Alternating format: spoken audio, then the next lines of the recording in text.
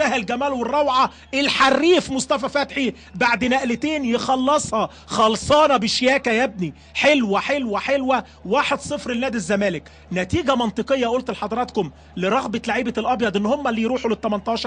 غاب عنهم التوفيق في فقرات كتير، انما بص البدايه هو اللي بداها. هل في تسلل اللعبه؟ مالناش دعوه، خلينا في الجون. الجون حلو، ادي مصطفى فتحي ولاعيبه نادي الاتحاد اللي لعبوا على خط واحد، انما محمد مسعد اول لمسه، وايمن حفني ومصطفى فتحي شركه حفني وفتحي للاجوان والمهارات والتهديف. اتنين مالهمش حل، انما يا خساره مصطفى فتحي في السعوديه الموسم اللي جاي. حلوه حلوه، كأن كده الوداع مع جماهير نادي الزمالك، ولسه عنده لقاء القمه. فتحي بيسجل النهارده هدفه الثالث في الدوري. 3 اجوال لمصطفى فتحي في الدوري، كان عنده هدفين قدام التعدين وطلائع الجيش، والنهارده بيسجل جون. منتهى المهاره، بص الراجل بهدوء وبالراحه كده، عايز واحد قهوه مظبوط وانت بتتفرج على الجون. اعتراضات على فكره من لعيبه نادي الاتحاد، يمكن موقف ايمن حفني جوه الملعب، يعني لعيبه الاتحاد بيقولوا له مفيش اعاده بره تتفرج عليها النهارده. لا مفيش مونيتور للاعاده على فكره.